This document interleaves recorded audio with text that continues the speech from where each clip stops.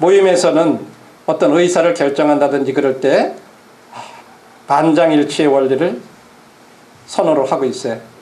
성도들이 다 한 마음이 돼야 되고 장로들이 또 다 한 마음이 돼야 되고.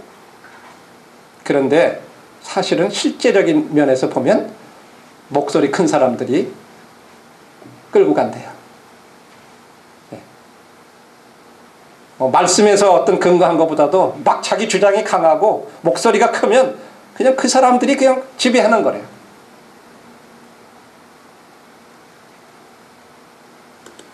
그 다음에 모임이 참 힘이 없고 활력이 없고, 그래서 나는 다른 데 가서 이렇게 좀 섬기고 싶어. 이 떠났다는 분들이 잘했다고 하는 거 제가 말씀드린 게 아니에요. 그분들이 떠나게 된 이유들이 이제 이런 것들이 이유가 돼서 떠났다고 하는 걸 이제 인터뷰에서 밝힌 거예요. 그렇다면 한번 우리도 이런 부분들에 대해서 한번 생각해 볼 필요가 있는 거죠. 나는 진짜 우리 모임에 대해서 어떻게 생각하고 있고 성도들은 어떻게 생각하고 있는지. 그래서 모임 생활 전반에 걸쳐서 어떤 생명과 에너지와 열정과 이와 같은 것이 결여되어 있다. 물론 우리가 오순절 계통처럼 그냥 그냥 이러고 하는 어떤 그런 거는 아닐지라도 우리들 가운데 뭔가 진짜 힘이 있고 어떤 그런 것들이 뭔가 그냥 늘 우물우물한 것 같고 침울한 것 같고 이게 뭐 경건한 것 같은 어떤 그런 것 속에서 그냥 분위기가 항상 가라앉아 있는 것 같은. 모임에는 어떤 격려보다는 어떤 낙심케 그래서 뭐 강단에도 그렇고 뭐도 그렇고 막 책망하고 막 어떤 그런 분위기들. 그 다음에 이제 강단에서 전해지는 말씀이라든지 예배가 참 만족하지 못하고. 그 다음에 자매님들의 경우에는 어떤 내가 여기서 정말 어떤 역할에 대해서 뭘 내가 하고 있나. 어떤 역할에 대한 그런 실망들. 특별히 어려움이 됐던 것 가운데 하나가 두 가지를 집었는데 강단의 이 말씀의 사역 있죠. 그 질에 대해서 어떤 때는 참 훌륭한 말씀 같은데 어떤 때는 진짜 앉아서 듣기가 힘든 어떤 그런 말씀들이 증거가 되고 또 가르침이 어느 형제님은 이렇게 나오는데 또 다른 분은 나와서 보면 그거 또 반대되는 막 좀 다른 얘기를 하고 이게 일관이 안 되고 그러니까 뭐 듣는 입장에서는 막 이게 말이 맞는 건지 저 말이 맞는 건지 또 어떤 때는 말씀 전하는 분들 사이에 막 이쪽 이렇게 얘기하면 다음에 나와서 이렇게 하는 것 같고 막 그러니까 막 성도들이 어려웠을 때는 설교도 도대체 뭘 얘기하는 건지 이거 얘기했다 저거 했다 하는 것 같고 그 다음에 특별히 이제 모임에 좀 이제 고등교육을 받은 이런 젊은 성도들이 왔을 때 그들의 어떤 것들을 이렇게 잘 채워주지 못하는 어떤 이런 강단의 말씀들이 이제 이런 것들이 이제 마음에 많은 이제 어려움들을 이제 가졌기 때문에 그런 게 이제 만족스럽지 못해서 이제 떠났다고 하는 이제 그런 얘기들이죠. 그 다음에 또 하나는 예배가 특별히 이제 저희들 모임에서는 안찬을 통해서 이제 주님을 예배를 드리잖아요. 근데 예배 시간이 찬송가를 부르는데 무슨 매일 장성곡만 부르는 것 같고 누구 표현인지 그래 거기 보면은 매일 뭐 장성곡만 부르는 것 같고 뭐 즐거운 것 같지가 않고 예배 시간이 그 다음에 어느 형제님이 딱 일어나서 기도를 하면 오늘 저 무슨 말을 해서 무슨 말을 끝낼 거다 이것까지 이미 기도 시작하면 벌써 이런 얘기 기도 나오고 저런 말 나오고 저런 말 나올 거다 매주 들어보니까 그렇다는 거예요. 그러니까 벌써 예측하고 있는 거야. 기도까지도 그냥 들으면 그랬구나. 근데 끝날 때쯤 됐겠다. 어떤 그런 만찬 시간이 그렇다. 그 다음에 또 한 가지는 내가 만찬에 와서 어떤 감사를 하거나 찬송을 택하거나 그러면 저 사람은 참 영적이고 참 그렇다는 예배가 그 사람의 영성을 측량하는 하나의 척도가 돼버리는 그런 것 때문에 부담스러워서 어떤 때는 내가 이거 오늘 예배에 나가가지고 감사도 못하면 나 판단받지 않는 것 같고 예배가 그런 식이 돼버린다는 거예요.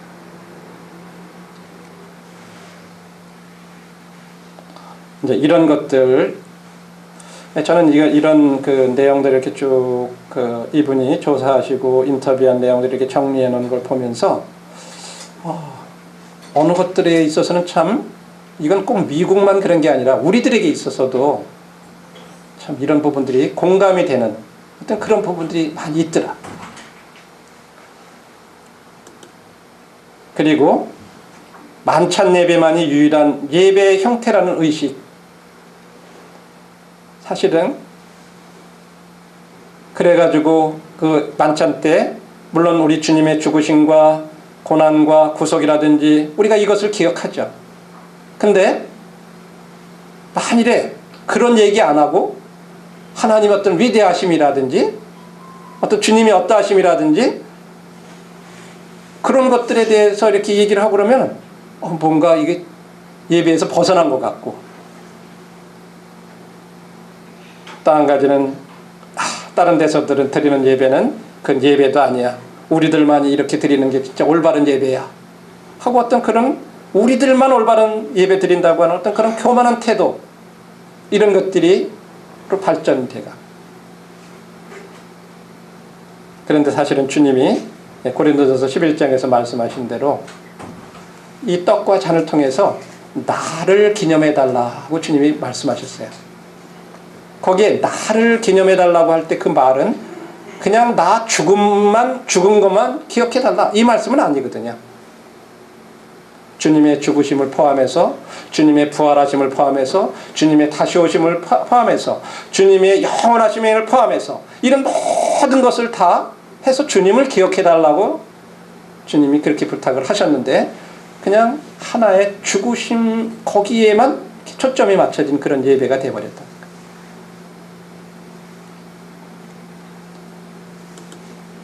그 다음에 자매들에 대한 어떤 이 소외, 뭐 자매님들이 모임에서 하는 거는 애찬 준비하고, 뭐 행사 같은 거 있으면 음식 준비하고, 결혼식 같은 거, 예. 그게 자매님들의 역할이에요. 자매님들도 그걸로 만족하고,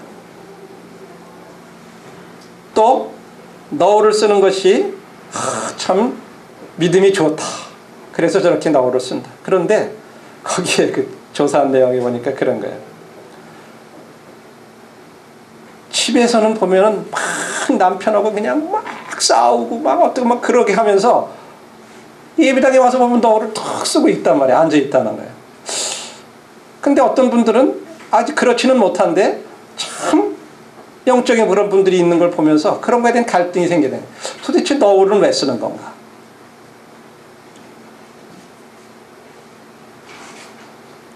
사실은 우리가 아는 대로 너울이라고 하는 건 우리가 이 질서를 가리키고 우리가 권위 아래 있다고 하는 거잖아요. 그죠? 우리도 주님 아래 있고 또 남편의 권위 아래 있고 이렇다고 하는 것을 내 마음으로부터 외적으로 표현하는 거란 말이에요. 그런데 이런 것들이 하나의 그냥 너울 쓰면 저 사람은, 저 자매님은 참 믿음이 좋고, 그렇지 않은 사람들은 그렇지 않고, 그래서 어느 분들은 막 항상 이걸 쓰고 이렇게 뭐 기도할, 뭐 집에서나 어디서나 막 쓰고서 기도하고 막 그러면, 야, 저 자매님은 진짜 믿음이 좋은가 보다 이렇게 여기고, 그렇지 않은 사람들에 대해서는 그렇지 않게 판단하는 어떤 그런 것으로 된 것. 그리고 이제 여자들은 1절 잠잠함으로 배우라. 교회에서 여자들이 말하는 걸 허락함이 없다. 그런 것들 때문에 사실은 그 말씀의 배경을 살펴보면, 그러면 교회에 와서 잠잠하라, 교회에서 여자들은 1절 잠잠하라 그러면 다 벙어리 돼야 되나요? 그런 거 아니잖아요. 그런 의미가 아니잖아요. 공적으로 앞에서 강단에서 가르친다든지 어떤 그런 것들에 대한 것들을 말씀하신 거잖아요. 근데 이러다 보니까 자매님들이 어떤 활동을 하는 거라든지 이런 것들에 대해서 많은, 참 자매님들 가운데서 훌륭한 은사를 가지신 분들이 많은데 그런 은사들이 활용되지 못하고 있는 것들, 그러니까 그런 것들에 대한 것들이 마음에 많은 어려움들이 돼서 이렇게 이제 더 떠나게 됐다. 이게 이제 조사의 내용들이에요. 그 다음에 또 하나는 너무 자기중심주의다. 자신들의 일에만 너무 관심이 있어서 주변에 또 더 중요한 일들, 이런 것들에 대해서는 별로 생각하지 않는 그런 경향이 있다고 하는 것. 이게 이제 대표적으로 조사한 의견을 요약해 봤을 때 이제 5가지가 그런 것이었다 그래요.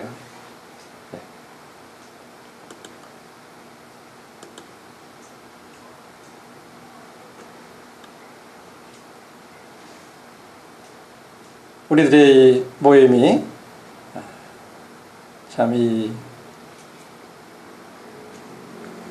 유람선과 같은 그런 그 교회인지, 아니면 또 하나는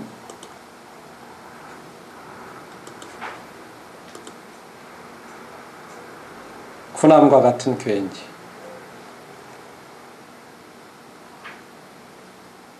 한번 그 차이점을 성도님들이 유람선과 같은 교회와 군함과 같은 교회 차이점이 무엇일까요?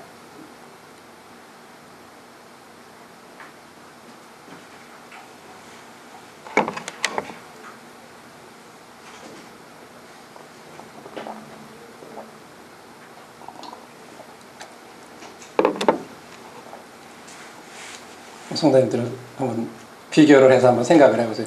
유람선하고 군함하고 이렇게 비교해 보셨을 때 어떤 차이점이 있을 것 같아요?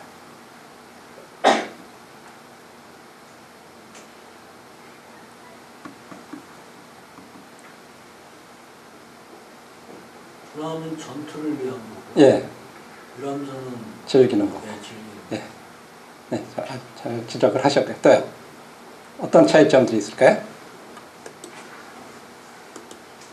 네?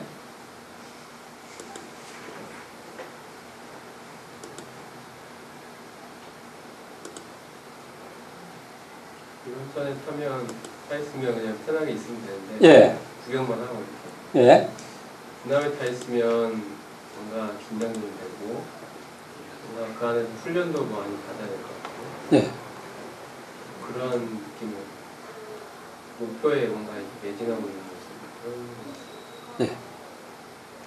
또, 군함은 거기 안에 있는 사람이 다 자기 역할이 있는데, 예, 유람선은 다른 관광객들은 역할이 없어요.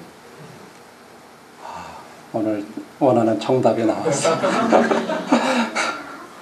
그렇잖아요. 유람선은요, 불과 그 안에서 기관사들, 조타수들, 이런 몇 사람들, 그 배 운전하는 곡에 관련된 사람들만 일하고 나머지는 다 놀아요. 그죠? 즐기고. 근데 군함은 각각 자기들이 맡은 일이 다 있어요. 그렇죠? 우리들의 교회도 둘 중에 하나와 같을 수가 있어요. 그냥 교회 안에 몇 분들만 그냥 바쁘게 막 이렇게, 나머지 분들은 참석하고 와서 말씀 듣고 가고, 물론 저희들의 모임은 그런 부분들에서 그래도 많은 부분에 참여하고 있다고 생각해요. 그러나 일반적인 그런 교회들을 보면 실제적으로 몇 분들이 그냥 앞에서 말씀 전하고, 그런 목사님이라든 어떤 이런 분들, 교회의 재직들, 나머지 분들은 그냥 참여해 주는 거예요. 참여해 주는 거, 어떤 헌금해 주는 거. 그게 전부예요. 하나님이 원하시는 것은 바로 우리가 이 군함과 같은 그런 교회가 되기를 원하신다. 우리 왕십리 모임이 진짜 우리 성도님들 한 사람 한 분이 다 할 일이 있는, 역할이 있는 그런 교회로서 섬기기를 원하신다고. 자, 그래서 저희들이 이제 내일 함께 생각해 보기 원하는 것은, 한국 모임이 이와 같은 지금 미국의 그런 모임들과 이렇게 비교를 해봤을 때, 진짜 우리들 안에도 어떤 그런 것들이 있다면 우리가 올바른 대로 이렇게 돌아가야 되는 어떤 그런 회복을 생각해 보는 것이 있고, 또 지금 어떤 시대에 따라서 우리들이 여기에 맞춰 가지고 바꾸고 형상시키는 어떤 그런 일을 해야 될 그런 두 가지가 있다고 생각이 됩니다. 그래서 우리들이 이런 부분들에 대해서 한번 내일 저녁에는 이런 것들에 대한 것들을 생각하면서, 특별히 그 5가지 요약된 내용 중에 리더십에 관한 그런 부분들, 이것이 굉장히 큰 영향을 미치고 있다고 하는 거예요. 그런 부분들에 대해서 한번